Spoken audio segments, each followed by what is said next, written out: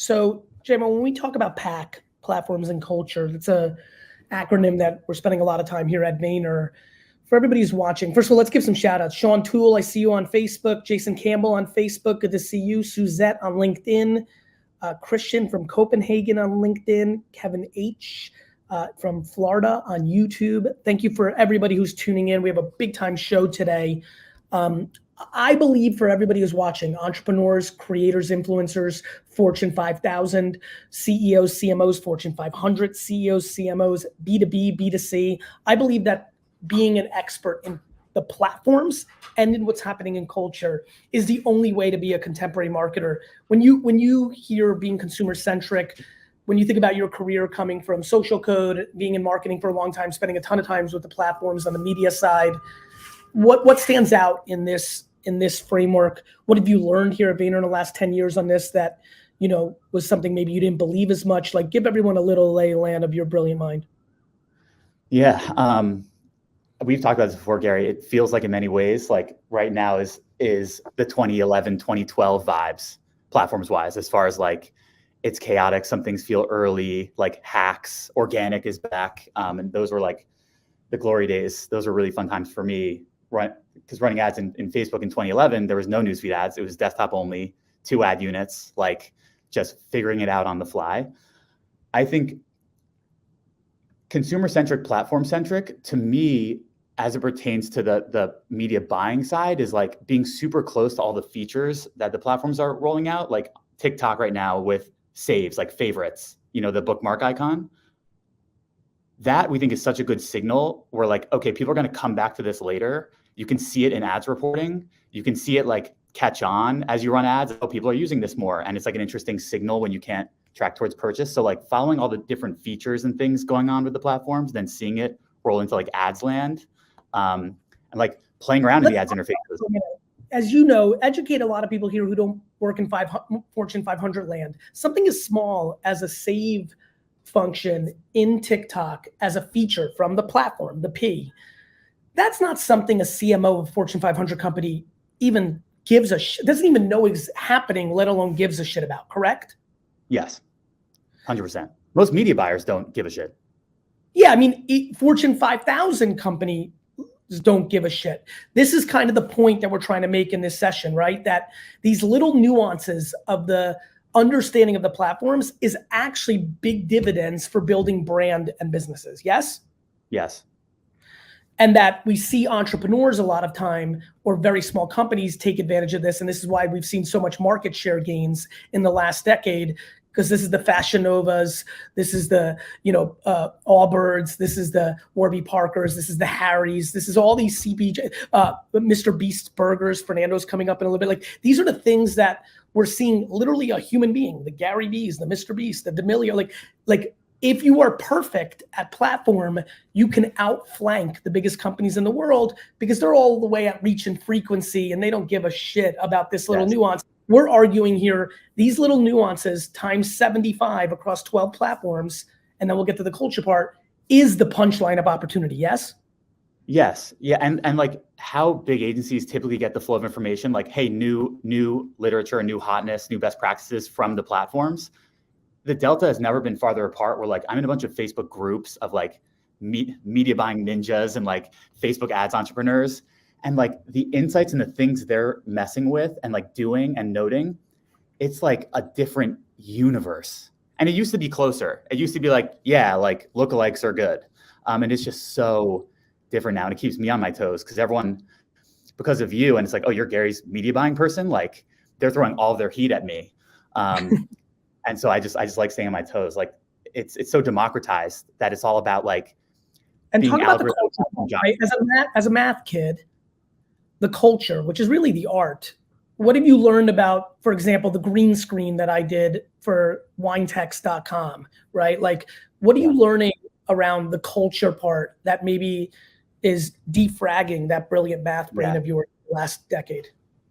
Yeah, I mean, it's, when we talk about it, some people, entrepreneurs, like Facebook ad, junkies are like, yeah, duh, I've been doing that. But it really, as intuitive as it is, it hasn't been, where outside of reach and frequency, where you always make out the point of like, hey, that's potential impressions. Like, you know, just because they watched a second or two, that might mean that's just the average time it takes to scroll through a news feed.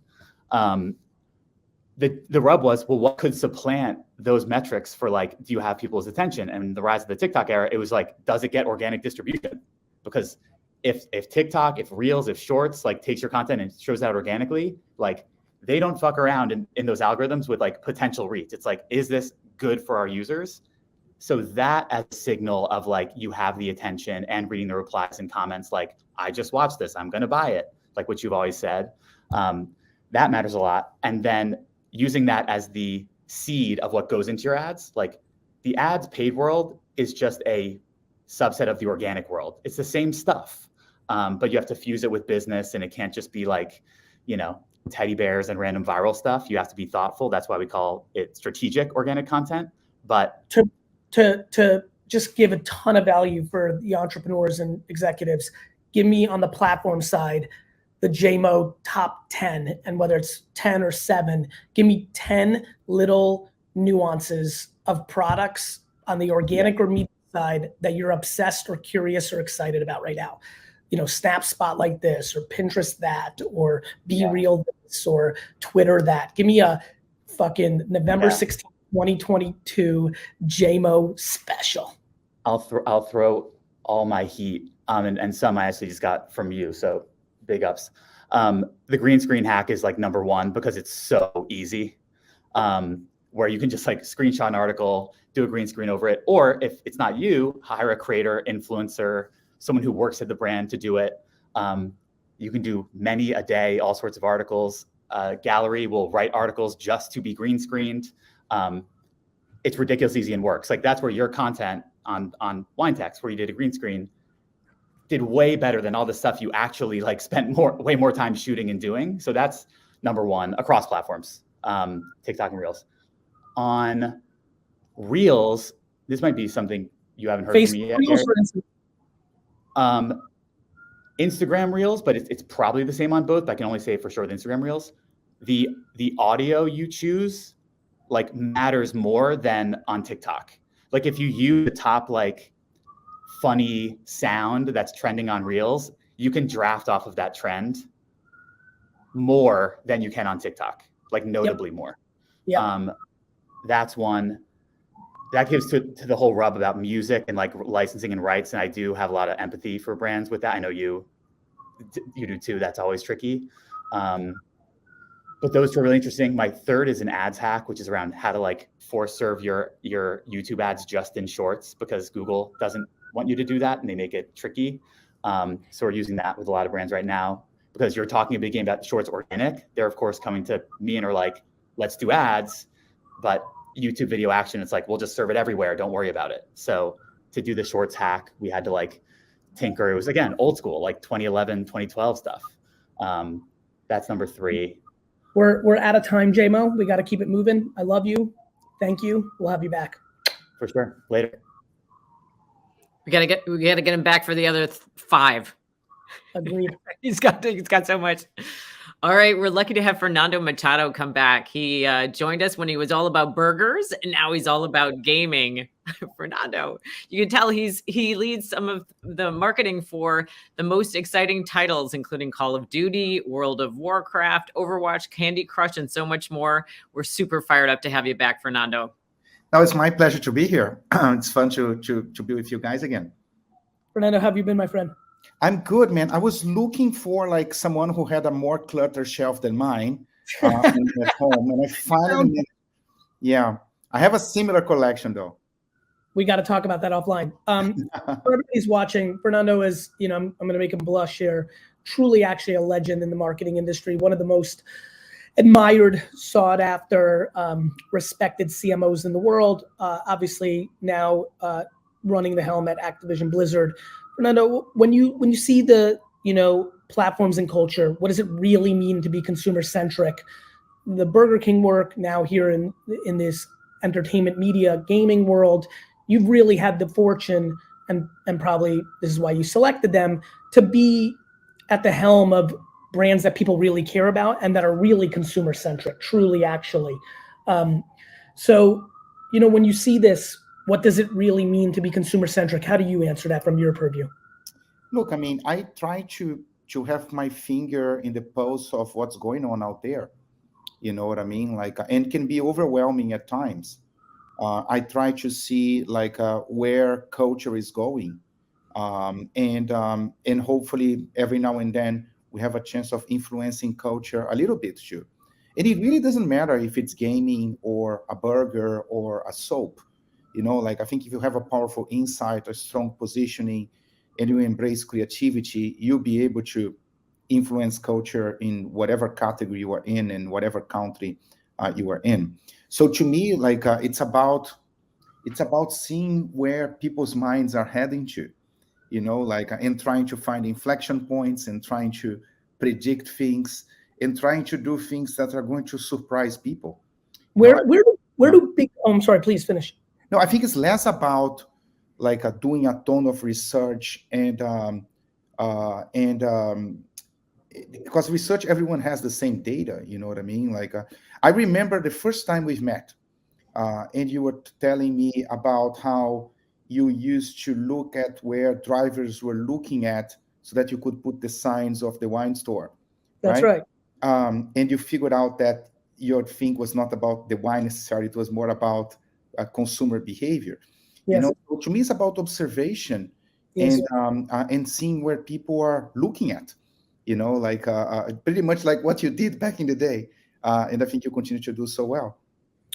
George Q from our office, who's worked with you in the past, just said, "I miss you, Fair." Fernando, what about big companies? Where do they get this wrong? Like, you know, you've been in enough at this point. I've always felt that the reason you've over-indexed in this industry is you are a little bit more towards my world of common sense, consumer behavior, culture. You know, what meetings do you walk out of like, damn it, this could have been better, and the reason we're doing this, we're just so big? Or what is the, you know, for a lot of people here who are entrepreneurs or getting a lot of youngsters in here trying to get into marketing, what's the cliche reason big companies are bad at it? I think that big companies, or any company for that matter, can be bad at it when everything is done through full consensus, and when people are not empowered to take a direction. You know what I'm saying? Like if your idea of putting signs around like Tenafly in New Jersey, like had to be agreed with your dad and 10 other employees in the company, they would be like, no, let's It's buy why when I see co-CEO, I jump out the window. When you have two CEOs, you have none. I freak out when I see dotted lines. That's right. But I think that's, you know, Fernando, you'll like this. You know what I have in my company, because we're a global organization now. We're 2,000 people. It's starting to be there. We have something called the Supreme Court. When there is, in theory, a dotted line, all I say is, I don't want you to spend more than 1 hour debating. If you two don't agree and you have your hands in this jar, you must come to me, give me your point of view. I will make a Supreme Court decision. And the speed and lack of politics that we've been able to do with dotted, I love you for saying that. Dotted lines are destroying corporations. Yeah. I think the struggle is when everything is driven by consensus, when people are not empowered, when people are risk averse, so they just want to vote, not officially voting, but like they want to hear absolutely everyone. And I don't mind hearing everyone, but someone at the end of the day needs to make a decision. And you're probably not going to please everyone. When you try to please everyone, that's when I think it breaks. That's when you land on the most common denominator, which is usually not the best way to go. It's where generic lives. So I think that's where we all struggle, I would say. A lot of agencies watch this. I always love interacting with my contemporaries when they watch this stuff. So I haven't asked a lot of questions from that standpoint. What is the biggest mistake agencies are making? You don't have to talk about your direct partners. I don't know who that is, but like in theory, what you're seeing, like as you head into 2023, what do you want more from your agency partners, and what do you want less from when it comes to being consumer centric? Yeah, like I think, look, I mean, what I always want more from is close collaboration, and for them to put more ideas on the table than I can execute. You know what I mean? Like for them to know my business, know what my strategy is, know what we're trying to achieve, and literally like machine gun me with ideas. I would rather that we focus the time on that part than on doing bureaucratic stuff. You know what I'm saying? And ideas that will scare us. You know what I mean? Like that will push us. I think that but it's a tricky thing. What I'm saying is like easier said than done. Like I think that one of the biggest mistakes that agencies can make is to try to please the client. You know, to present to the client what you think the client will like. Because if the client were an amazing creative person, the client would be sitting on the agency side. You know what I mean? Like the fact that I was lucky enough to be part of some amazing creative projects doesn't mean that I'm creative. The ideas were not coming from me. You know, it probably only means that I know how to brief well, that I have some criteria, and I have a great relationship with the creative partners. So that to me is the biggest mistake. You know what I mean? Which distribution platforms, whether it's connected TV, whether it's social, whether it's something traditional, has you personally most excited about storytelling on? I'm excited about TikTok, to be honest with you, these days. And I know that you talk a lot about that. And it's just a different way to do storytelling. You know what I mean? Like, and I think that we are all trying to figure out for each franchise, for each brand, for each company, what is that way? You know, like I'm excited about working with creators and influencers. You know, like you were talking about Fashion Nova, I think, like earlier, like you know, like I think that there is there is a new way of doing things that I think we're all kind of still learning, a way to like leverage power users of the brand, to leverage creators out there. Like the level of engagement that we are getting with stuff that we do when we partner with creators is infinite times higher. Of course. And how to do that without trying to control the content, which is the stupid thing. You hire a creator and then you try to control the content of the content. I always tell my clients, you get to pick the creator, but let her or him do their thing. It's why we pick them in the first place. Getting them to do an ad destroys them and you. Yeah, but I think that we are in the journey in the sense of like proving to companies like the ROI on things like that. You know, like everyone is used to a certain way to do things. And it's proved, tried and tested and proven, and easy to calculate payback, ROI, like everything. And I think that when we try to do things in a different way, it's harder, especially like the first time you do it, to prove the case. So it's finding that balance where we can experiment and learn and show that like we can evolve in the media landscape, and that we can like tell stories in a different way than just like long format films or an ad or like or an event. You know what I mean? I love it, Fernando. Always such a pleasure, my friend. Have a great holiday. No, you too, man. Awesome to see you guys. Thanks for having me. Of course, Fernando. Next up, super fired up to welcome Omar Raja. He's the leading voice behind ESPN's SportsCenter Instagram account, and he also makes appearances across platforms, across shows like Hoop Streams, the college football playoff show, and SportsCenter. Thanks for joining us, Omar. No worries. Thank you so much for having me. Omar, didn't I also see you in like a Taco Bell? Did I just see Yeah. You did. I was hyped. Yeah, that was awesome. Man. That was really cool. How are you? I'm doing good, man. How are you? I'm quite well. Why don't you spend 1 second actually tell everybody how you came up the game, because I think it's going to get people hyped, and then we'll go into it. Cool. It really started, people think about Instagram. When I was 12 or 13 years old, I wanted to be a YouTuber. So I was making like NBA 2K videos, Madden videos. And honestly, looking back at it, it never really popped off to the level I wanted to. But what it did was I got so many reps and I learned so much about community building and all that stuff. Was when Instagram came around, I was like, hey, no one's doing video well. None of the media companies were posting highlights or getting the funny moments that were resonating more than like a dunk, right? There was a lot of fan moments of fans reacting in the background to a play, or a coach is reacting. And so I started an account called House of Highlights. I made it my own goal to like build my own little, sports page. And honestly, it was just a passion. It wasn't supposed to be this page that now has, I think, 35 million followers. So I did that. It blew up, and LeBron followed, Cristiano Ronaldo followed. So, and those two followed, you just lost your fucking mind, right? You know what? The first one was Snoop Dogg.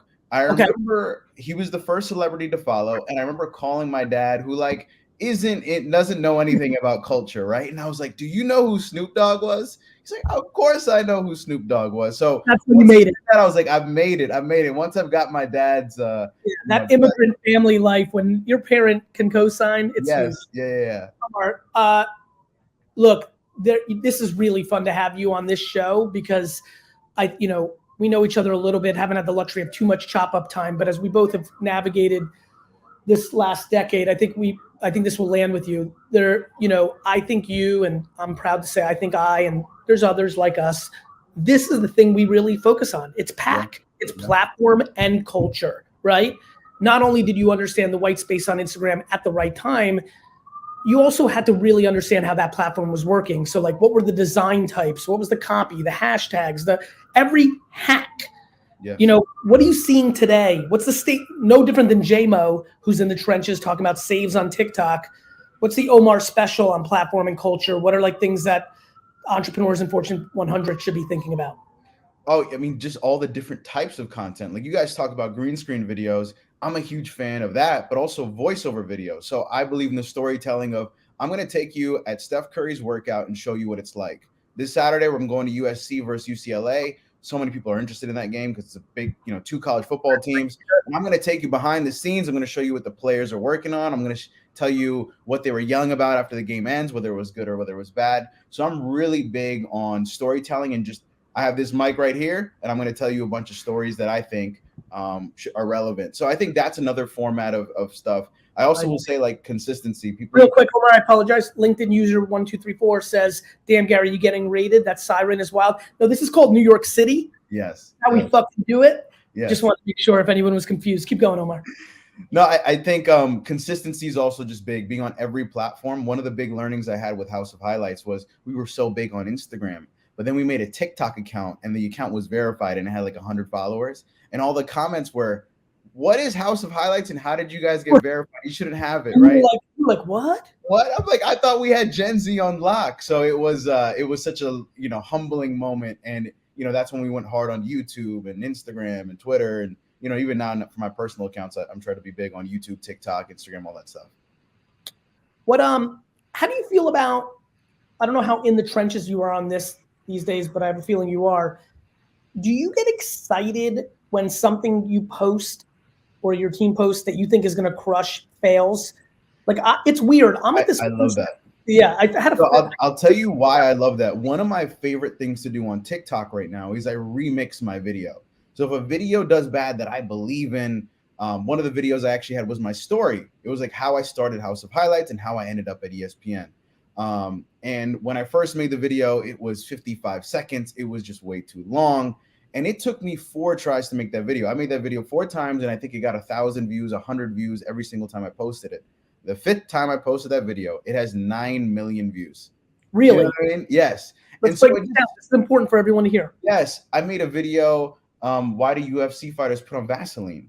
And, before every fight, you see that. First time I did it, 5,000 views. I changed it. I'm really harsh on my video. If I believe on it, I'll take out parts. I'll redo the hook.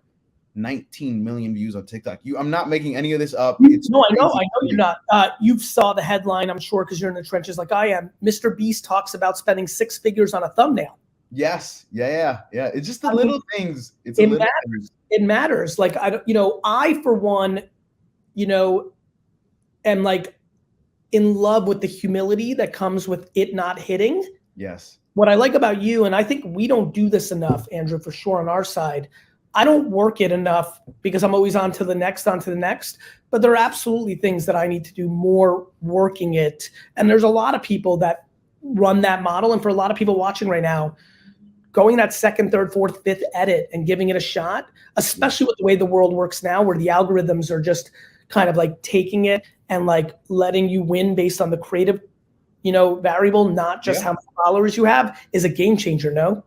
I agree. And I think another thing also is like, it can be the littlest edit for like on Instagram. What we realize is if a video did bad and it didn't have text on screen, hey, you just need to add that text on screen and maybe add wait for it, or watch the kid in the back, or watch this fan's reaction. And that video might be going from having 5,000 likes in 20 minutes to 100,000. It really was the most mind-blowing. When you work it, do you delete the original from the I grid?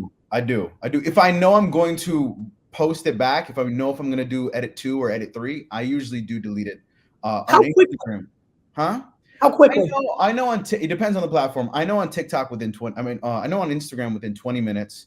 I So know on TikTok a couple you're days. like, I'm in love with this Vaseline thing. Yeah. Will you take it down as quickly as 30, 40 minutes, or will you give it like 3-4 hours, or how do you No, play? that one was like, I gave it a day because I was like, maybe it's popular. What's the fastest you'll take down And when you know you want to? 1 hour. 1 hour on TikTok, 10 minutes on Instagram.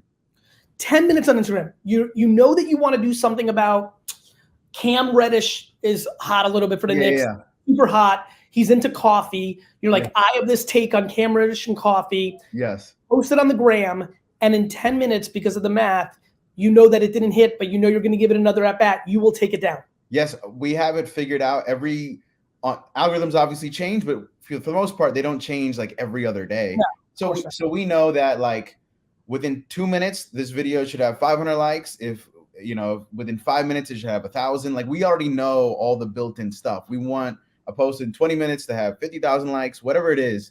A So, lot of people feel the takedown is not good. Like I haven't seen that, and it seems like you haven't seen that either. Like taking it down and coming back a couple hours later with something different while you work on re-editing that, you have not seen a negative effect. I've never seen it. I've done it since That's 2020. for a lot of people. They don't realize the takedown. How quickly on a takedown will you post something right behind it? Like, for example, on the gram, how often do you post? We post 10 to 12 times a day. Right. So every 2 hours, but Yeah. sleep time, you're probably not 24/7. So Yeah, right, but the one tricky thing is, and imagine an NBA game or a busy Saturday night, UFC, NFL, college football, all these things are happening. You can be posting on top of each other. And sometimes it feels like, I'm sorry, real quick. Joao, see, this is live. Go ahead, O. Yeah, sometimes it feels like, you don't want to be posting everything on top of it. I'm a big believer in if your content is good enough, it will eventually stand out. So it doesn't matter if you give it 2 minutes of breathing room or 2 hours. Are you saying, boom, I posted something, it's kind of hitting a little something, but it's a Saturday night with a lot of sports. I'm not scared to post another thing because if that first thing is really that good, it will continue to do well. Yes. This is something I believe as well that really scares the shit out of people. They want to let it breathe when they don't realize you could have 2 planes flying at the same time. Absolutely, Gary. You're 100% correct. Well, listen, we got to run, but I think people got a fuckload of value in the last 4 minutes, and I really appreciate it now. Thank you so much, Gary. Talk to you soon, bro.